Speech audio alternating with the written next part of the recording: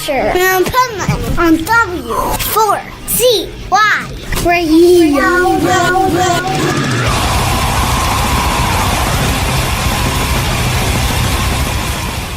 This is the Pipeman here on the Adventures Pipeman W4CY Radio. And once again, we have one of my favorite expert guests on this segment, Positively Pipeman, here every Monday. And man, if you have a business, you need to listen to Michael Barbarita because he has a wealth of advice and strategies that are specific to your industry, your business. And on today's show, he's going to talk to us about the conversion formula. Now, I happen to love algebra and was very good at it, so I like formulas. Okay. So, but there's probably a lot of you say, oh, I didn't like algebra. Or I love the people that said, hey, I'm never going to have to use algebra in my life. I don't agree with that. I don't know if this is algebra, but this is the conversion formula for success in your business. So take it away, Michael. Thank you very much, Dean. Thank you again for having me. When we were doing research for our book, nothing resonated with us in terms of helping the business owner improve their messaging. We were researching all over the place. We had to go all the way back to 1931. Wow. And we found something that finally resonated with us that we could work with. And it was what we found is that it was stated that the keys to successful marketing is that you have to get into the mind of the conversation that's taking place in the mind of the customer. Now, that's easier said than done. But the point is that that's what resonated with us. And it also, to expand on it further, to enter that conversation that's taking place in the mind of the prospect, it's based on two emotional issues. Number one is the problem they have, that the customer has, that they don't want. They have got this problem, they don't want it, they want to get rid of it. And two, the solution that they want that they can't find.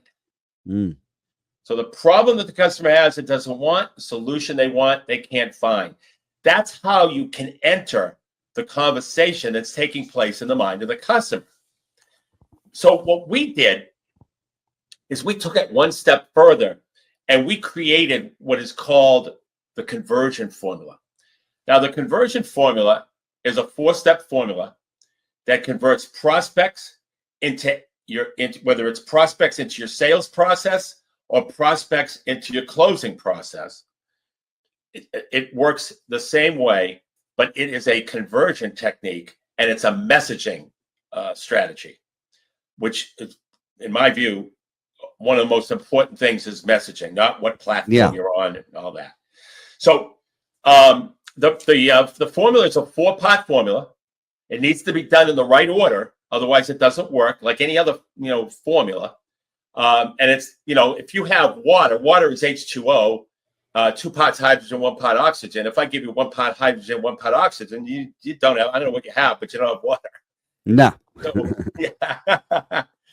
So the formula has to be followed in the exact order. And the formula starts with what we call captivate.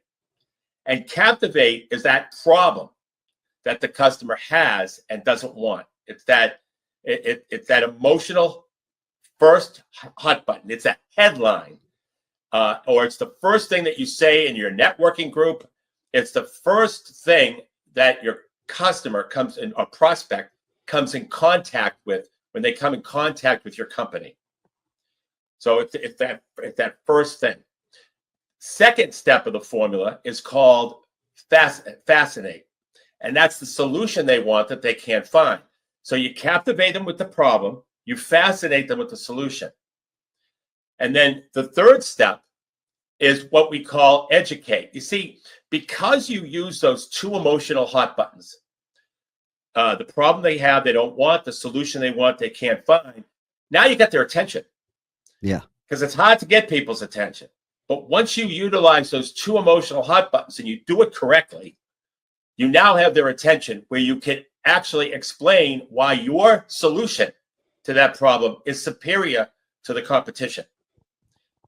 And if you look at the first three parts of the conversion formula, and if you understand that people buy based on emotion and then back up that emotion logically, the first two components are the emotional components, the captivate, fascinate, problem, and solution. The third is the logical component where you educate them on why your product is superior to your solution is superior to the competition. So the conversion formula follows the way people buy based on emotion and backed up logically. Yeah. And then finally, you hit them with the offer. And the offer needs to be very compelling. And I know that we're going to be covering the compelling offer in a future show, I think the next show. But that is where, it's easy for me to say a compelling offer, but we have 5 components to a compelling offer that we'll talk about in another show. But I wanted to focus strictly on the conversion formula. So that's our conversion formula. And this is what we use on squeeze every form of communication, and including your incoming voicemail. So what made you come up with this formula? Like what studies did you find out that told you these are the components that are necessary? Well, it was a potpourri of studies, but here's the thing.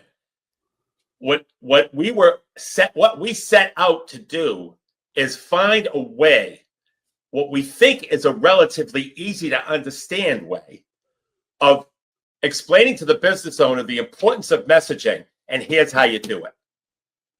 That, I think, was really, that's the crux of it. We went deep into a lot of, and like I said, I had to go back to 1931.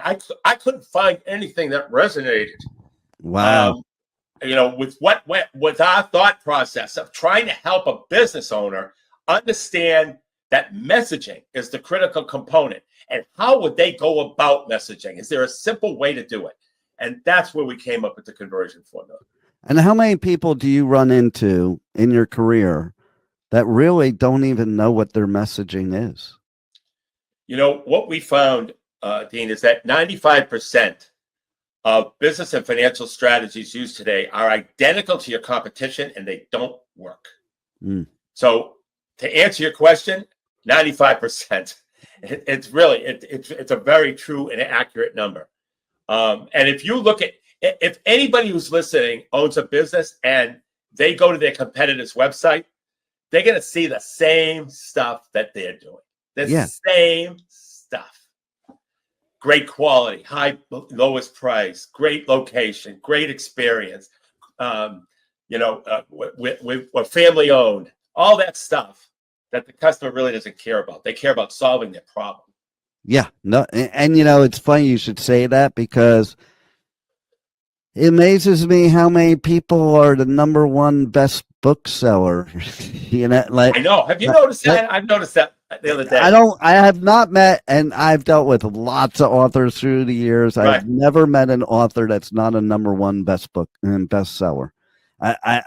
It like boggles my mind how everybody's number one, and I see it in this industry too. It's like people that claim like they're the number one podcaster, and like, according to who? Your wife or your husband, or and like, because they don't have anything.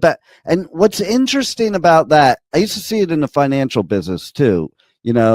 I would pick these money managers that were ranked number one for like the past 14 years. The minute I put my clients' money in, they lost money, but they never lost money before.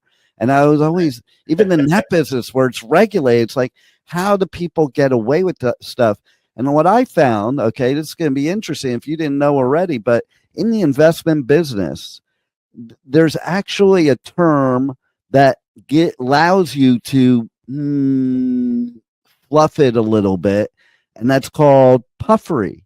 And puffery is not against regulations. Really? Yeah. So, like, if you give so if you give something that's not factual, okay, that's against regulations. But some things can be subjective, so they're puffery. Or if you add, okay, this is something you can do. You can add, in my opinion.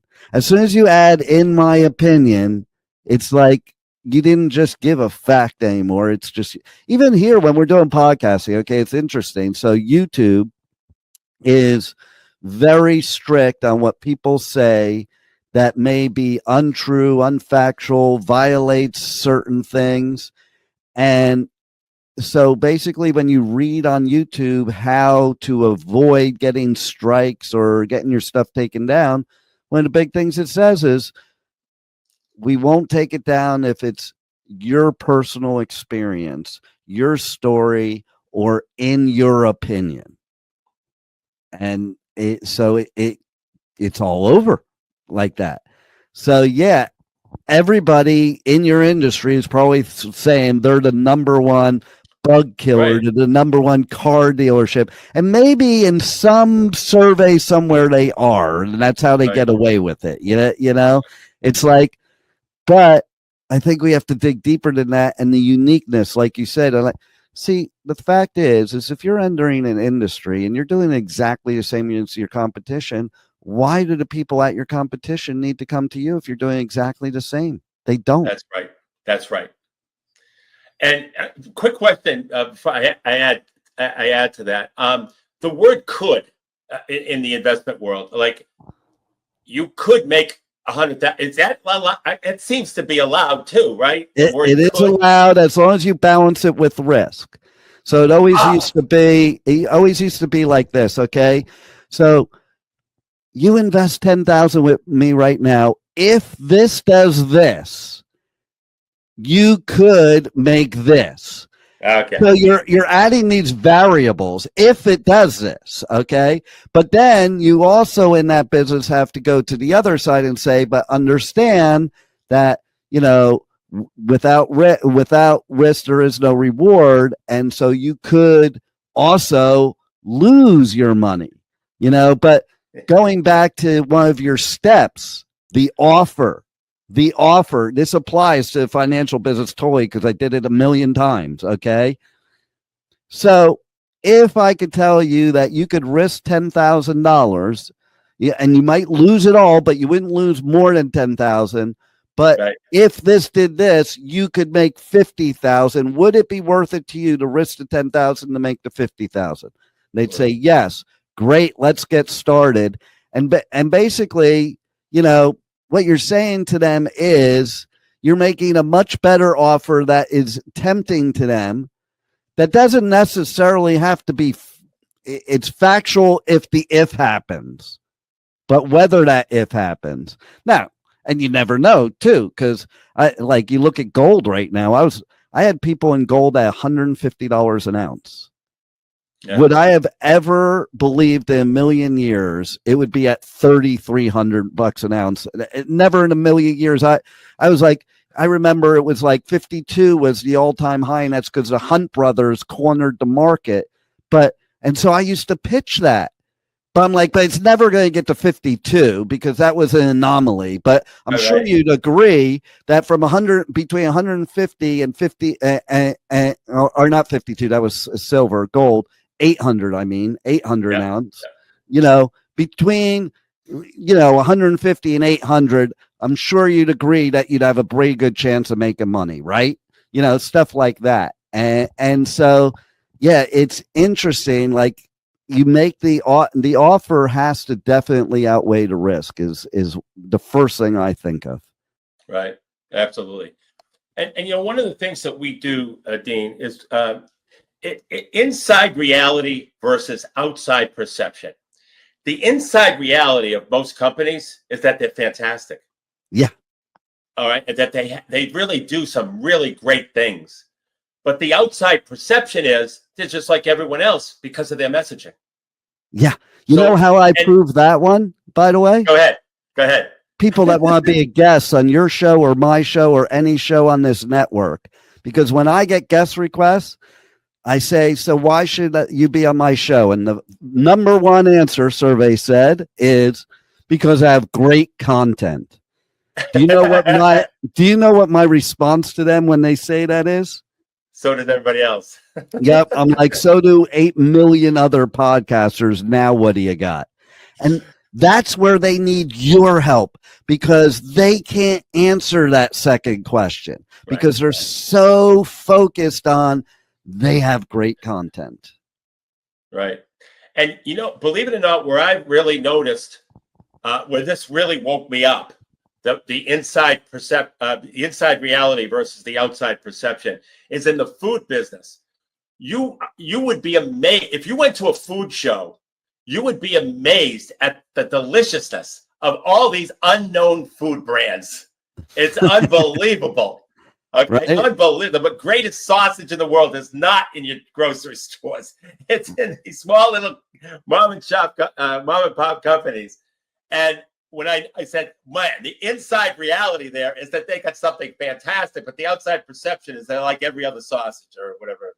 Exactly. 100%.